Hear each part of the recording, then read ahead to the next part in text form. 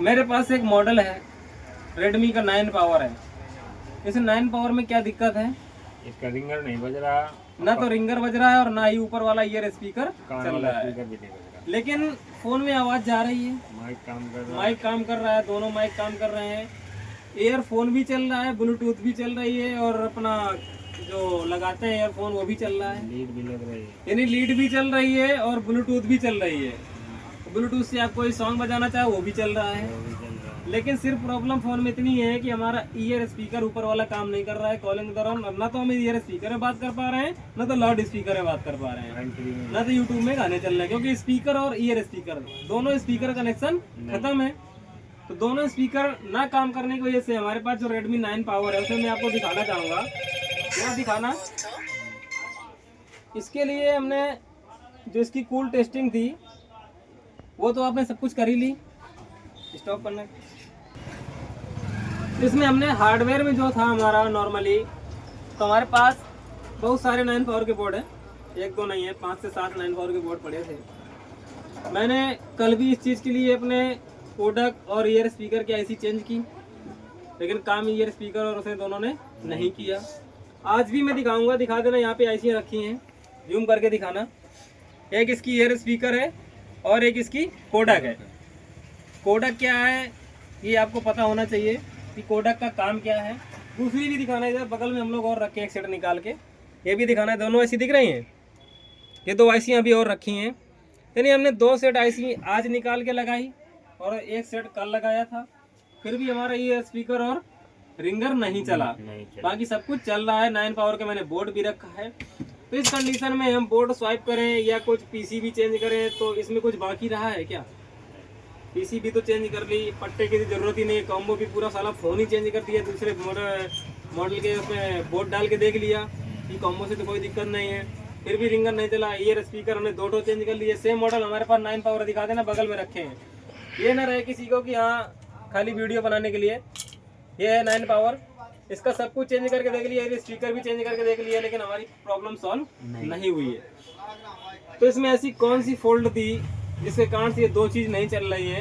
ये भी एक मेरे लिए चैलेंजेस वीडियो है, मैं गारंटी लेता हूँ अगर कोई करके दिखाए तो मुझसे संपर्क करना, दिखा देना। अब मैं पहुँचूंगा वहाँ तक कि इस फ़ोन में एक्चुअली दिक्कत क्या थी। जो कहते हैं ना बहुत बड़ी बड़ी बातें हैं, माइक चेंज करने से और ये पट्टा चेंज करने से, पीसीबी चेंज करने से फिर ये रिंगर स्पीकर माइक बच जाता है ना, ये वीडियो उनके लिए ही है कि देख लो कि कहाँ कहाँ तक काम करना पड़ता है, क्या क्या करना पड़ता है। बस उस चीज़ की नॉलेज होगी तभी कर पाओगे। ये इसका सेस्मेटिक, कभी ज़िंदगी में इसका नाम सुने हो, इसके बारे में कभी पढ़े हो ना, तभी इसके बारे में काम कर पाओगे, इसको चला पाओगे। इसको चलाना हर किसी की बस की बात नहीं है। ये इसका सेस्मेटिक के थ्रू हमने सारी लाइनों के जीआर लेते हुए जब चेक किया तो हमने क्या पाया, कृष्णा भैया क्या पाया इसमें फोल्ड? क्लॉक की लाइन, इसमें क्लॉक की लाइन, और क्लॉक की लाइन वो किसकी? I2C protocol. I2C जो प्रोटोकॉल है वो हमारा ब्रेक है, जो कि इस आईसी में ध्यान से समझना है। ये बिट मैप खुला हुआ है, ये इसकी कोडक आईसी लगी हुई जहाँ पे अभी मेरा एरो देख पा रहे हो, और ये इसकी ईयर स्पीकर को चला रही है। यानी ये कोडक, ये इसकी सब कोडक, ये केवल ईयर स्पीकर को चलाएगी जो हमारा ऊपर वाला स्पीकर है कॉलिंग में जिससे बात होती है, और ये चलाएगा हमारी कोडक जिसको हमारी माइक को चलाएगी, और ये दोनों आईसीओ को भी कोडक ही चलाएगी। अब इसमें I2C आ रही है, और यही I2C हमारी बिट मैप के थ्रू देखो कहाँ जा रही है, ये हमारी रिंगर आईसी है। रिंगर पीए में भी हमारी यही आईसी है और सब कोडक में भी यही आईसी है। अब ये लाइन है, सॉरी आईसी कह रहा हूँ, यही लाइन है। अब ये लाइन यहाँ से ब्रेक रहेगी तो लाइन ये कहाँ से आती है? सीपीयू से आती है। ये लाइन अगर सीपीयू से आ रही है, अगर ये दोनों जगह ब्रेक है, इसका कोडक से कोई संपर्क तो नहीं हुआ अभी? नहीं। तो जब अगर कोडक से ये लाइन ओके है, क्योंकि कोडक हमारी डायरेक्टली सीपीयू से RX और TX के थ्रू चल रही है, उसको डायरेक्टली डेटा मिल रहा है तो वो अपना वर्क काम करना चालू कर रही है, क्योंकि माइक को तो चला ही रही है, ईयरफोन को चला रही है। ये आपको पता है कि कौन सी आईसी किसको चलाती है, सबसे पहले ये जानना बहुत जरूरी होता है कि कौन सी आईसी किसको चला रही है। तो कोडक हमारी माइक और ईयर स्पीकर, यानी कि primary mic, secondary mic, ear speaker और ईयरफोन, ब्लूटूथ, सब कुछ चलाती है। तो ये तो हमारा चल ही रहा है ना, बस केवल ऊपर वाला स्पीकर और रिंगर नहीं बज रहा है। ये लाइन कहाँ तक ब्रेक है? रिंगर आईसी और सब कोडक में, यानी सेकेंडरी कोडक। अगर ये लाइन 2 जगह ब्रेक है तो यही इसी प्रॉब्लम से तो ये दोनों काम नहीं कर रही ना। प्रोडक्ट भी नहीं चल रही, स्पीकर भी, तो आईसी चेंज करने से क्या फायदा है? 10 आईसी चेंज कर डालो, कोई मतलब नहीं है ना। ये लाइन कहाँ से आ रही है? सीपीयू से। इसमें भी इस कंडीशन में हमको सीपीयू निकाल के रिवॉल्व करके देखना पड़ेगा एक बार कि यहाँ से लेके वहाँ तक की लाइन ओके है कि नहीं है। तो ये तो हमारे लिए काम बड़ा हो जाएगा ना, ये भी काम बड़ा हो जाएगा कि सीपीयू निकालो। वैसे भी ऑलरेडी 3-3 4-4 ऐसे निकाले पड़े हैं, और ये काम फिर सीपीयू को करेंगे तो फिर कहानी ज़्यादा लंबी हो जाएगी। तो ऐसा अपने पास कोई शॉर्ट ट्रिक अपना निकालते हैं जिससे कि सीपीयू ना निकालना पड़े और ये काम हो जाए। तो या तो हम सीपीयू को ड्रिल करेंगे, या तो इस लाइन को कहीं ना कहीं से जुगाड़ करेंगे, निकालेंगे। क्योंकि यही लाइन हमारी, और एक चीज़ ध्यान देना, यही लाइन हमारी कहाँ से, यहाँ से दिखा देना, ये निकल कहाँ से रही है। ये लाइन हमारी जो देखो, इसको हम टिक किए हैं तो ये लाइन हमारी यहाँ से जा रही है। कहाँ से? सीपीयू के नीचे से। इस I2C की जो लाइन है वो हमारी सीपीयू के नीचे से क्लियर है। ये लाइन यहाँ से निकल रही है I2C, और यहाँ से होते हुए भी चार्जिंग आईसी में भी जा रही है। हमने एक अनुमान ये लगाया यहाँ पे, अगर यहाँ से हम लाइन वहाँ तक देखें, अगर यहाँ से लाइन वहाँ तक ब्रेक है, यहाँ से उठा के वहाँ जंपर दिया जाए तो क्या प्रॉब्लम सॉल्व हो सकती है? हो सकती है। क्योंकि हमसे थोड़ा सा हमको अनुमान ये लग गया, अगर हमारी लाइन सीपीयू से ब्रेक होती तो ये हमारी, दिखा देना, ये एक और आईसी लगी है हमारी। ये कौन सी आईसी है? चार्जिंग आईसी नहीं है ये कोई वाईफाई या ब्लूटूथ हॉटस्पॉट कुछ हो सकती है। अभी इसको क्लियर नहीं कह सकते कौन सी आईसी है। एक मिनट वेट करिए, मैं दिखा रहा हूँ खोल के। तो इस मॉडल में मैं देख रहा हूँ कि जहाँ पे ये I2C हमारी सब कोडक और रिंगर में जा रही थी, उसके बाद भी यहाँ पे एक आईसी में जा रही है, I2C SCL यहाँ पे दिखा रहा हूँ मैं आपको। लेकिन हमने मदरबोर्ड में फाइंड किया GPS आईसी है, सॉरी इसमें लिख के आ गया APPS GPS आईसी है, लेकिन इस मॉडल में ये NC है, आईसी नहीं लगी है।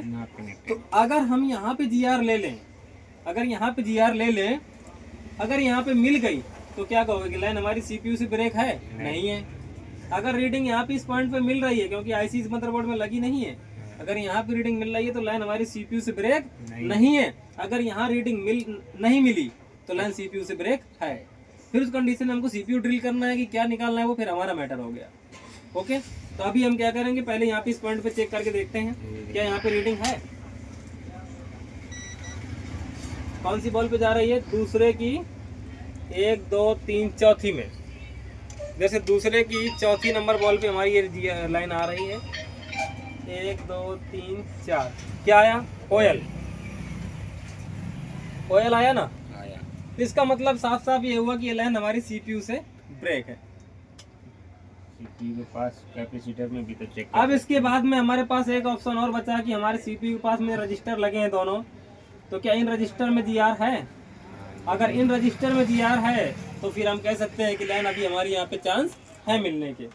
तो जरा देख लेते हैं एक बार कि इस रजिस्टर में GR है। ये भी मैं आपको दिखा दे रहा हूँ, है कितनी है? 460। लेकिन अभी हम इसको क्या कह सकते हैं कि ये लाइन हमारी ओके है? बिल्कुल कह सकते हैं, अभी नहीं कह सकते हैं। यही तो आपको जानना बहुत जरूरी है। बिना सीपीयू उठाए, सीपीयू उठाने से पहले सारी चीजें क्लियर कर लेना है कि ये लाइन ओके है कि नहीं। आपको रजिस्टर में सेट GR मिलेगी तो आपने इसको ओके मान लिया, अभी ओके नहीं मानना ना भाई। क्यों नहीं मानना है? क्योंकि अभी हमारी इसमें क्या जुड़ा है? Pull up circuit. पुलअप सर्किट जुड़ी है, 1.8 की वोल्टेज दे रही है, I2C को पुलअप कर रही है। ये लाइन कहाँ से आ रही है? पावर आईसी से। तो 100 जगह जा रही है 1.8, तो क्या हमारी GR इसकी नहीं हो सकती? इसकी नहीं हो सकती है, बिल्कुल हो सकती है। कहीं ना कहीं रीडिंग बैक मार रही होगी। तो पहले हम इस रजिस्टर को निकाल देंगे, जिससे हमारा पावर आईसी की 1.8 अलग हो जाएगी और सीपीयू की पुलअप अलग हो जाएगी। फिर दोनों साइड GR मिले तो लाइन ओके है, तो लाइन सीपीयू से ओके है, अन्यथा ओके नहीं है। तो 2 मिनट वेट करिए, मैं आपको ये भी चेक करके दिखाता हूँ।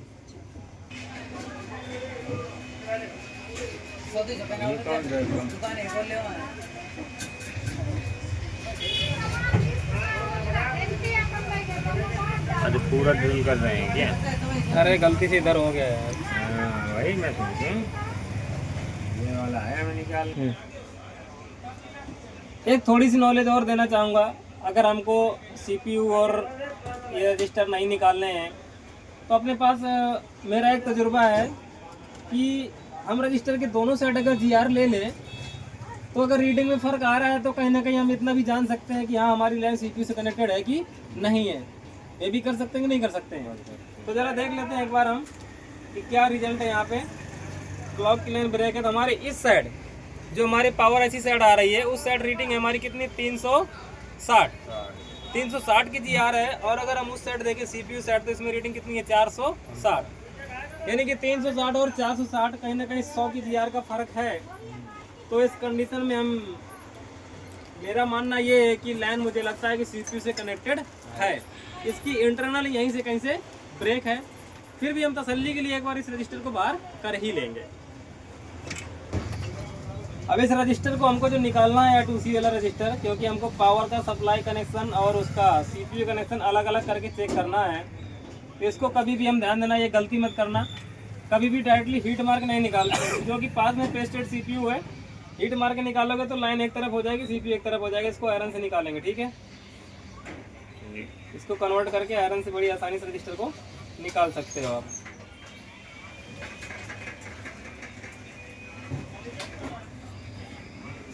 अभी इस रजिस्टर को मैंने अलग कर लिया है, जूम कर देना। ये देख सकते हैं आप, सेकंड वाला रजिस्टर मैंने अलग कर लिया, जिससे हमारा पावर का कनेक्शन अलग हो गया और CPU कनेक्शन अलग हो गया। हमको चेक करना है कि पावर की साइड लाइन जुड़ी है कि नहीं जुड़ी है। तो यहाँ पे देख लेना, रीडिंग आ गई, जुड़ी है 360। इसके बाद ऊपर साइड चेक करेंगे GRI 460। तो ये चीज़ हमको पहले ही क्लियर हो गई थी ना कि कहीं ना कहीं लाइन हमारी जो है वो CPU से कनेक्टेड है। तो क्या हम यहाँ से जंपर मारे हैं तो रिंगर और हमारा स्पीकर बनना चाहिए ना। तो चलो एक बार मार के देखते हैं। सबसे पहले उससे रजिस्टर फिटिंग करेंगे, तो रजिस्टर हमने निकाला है, फिर आगे हम सारी ऐसी लगा के दिखाते हैं।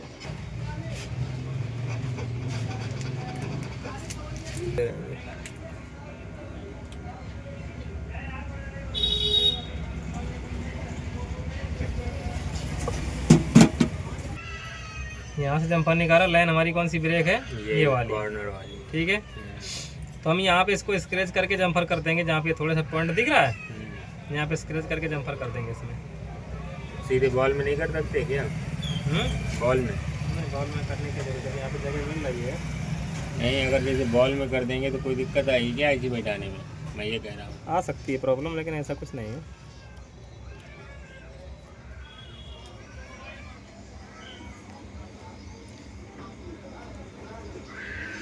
क्या दिक्कत थी?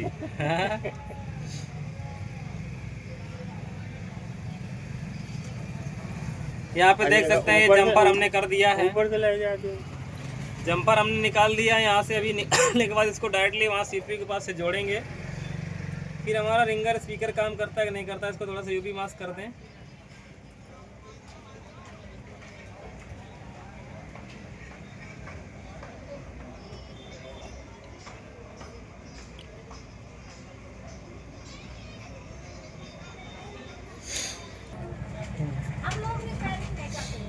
अभी आप देख सकते हो जंपर हमने वहाँ से निकाल के यहाँ तक क्लियर कर लिया है, ठीक है।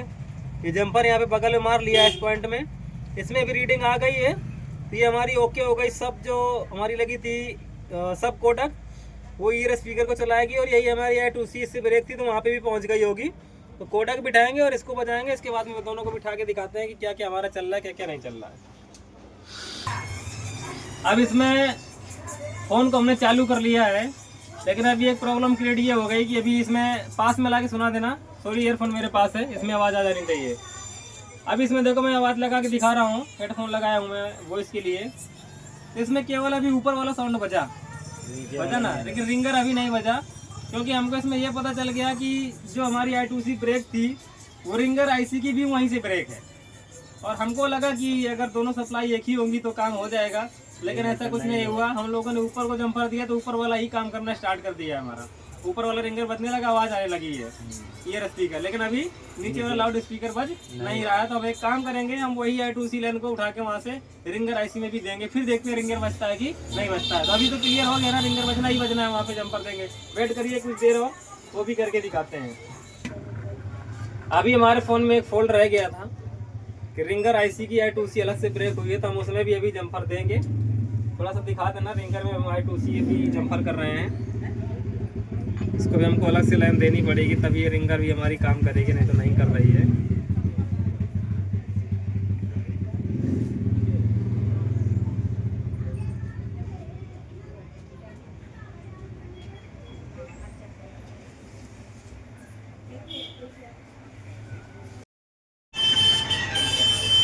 अभी ये आप देख सकते हैं इस 9 पावर का रिंगर चालू हो गया है और कॉलिंग स्पीकर तो पहले ही चालू हो गया था।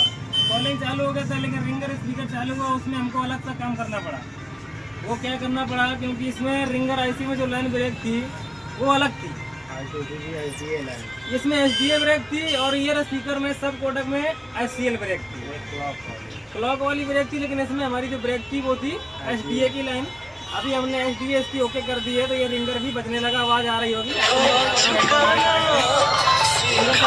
ये स्पीकर दोनों चीज़ें कंप्लीट है, प्रॉब्लम सॉल्व हो गई। तो ऐसी प्रॉब्लम सिर्फ सॉल्व होगी हमारे ही शॉप पर। मैं आपको दिखा दूँगा कौन सी लाइन ब्रेक चलाना, जरा पास में लाना, कैमरा चालू करके दिखा देते हैं कैसे कैसी प्रॉब्लम्स अपने पास होती रहती हैं। ये दिखा देना, ये जंपर लगा हुआ है, कैमरे में थोड़ा सा नज़र नहीं आ रहा है। ये लाइव दिखाओ कैमरे में, ऐसे डायरेक्ट दिखाओ। ये जंपर दिख रहा है आपको, ये जंपर दिख रहा है ना। अभी इसको हम शॉर्ट करके जोड़ेंगे। अभी हमने चेक किया है बजा के कि बजता है कि नहीं बजता, काम होता है कि नहीं। तो इसमें हमारी रिंगर आईसी में जो लाइन ब्रेक थी वो एचडीए की थी और स्पीकर वाले में जो ब्रेक थी वो थी एचसीएल। दोनों लाइन हमने प्रॉपर सीपी से कनेक्ट किया, हमारा बनना काम चालू हो गया। ठीक है, ऐसी प्रॉब्लम्स के लिए बने रहिए। हमारा नंबर और एड्रेस स्क्रीन पर है।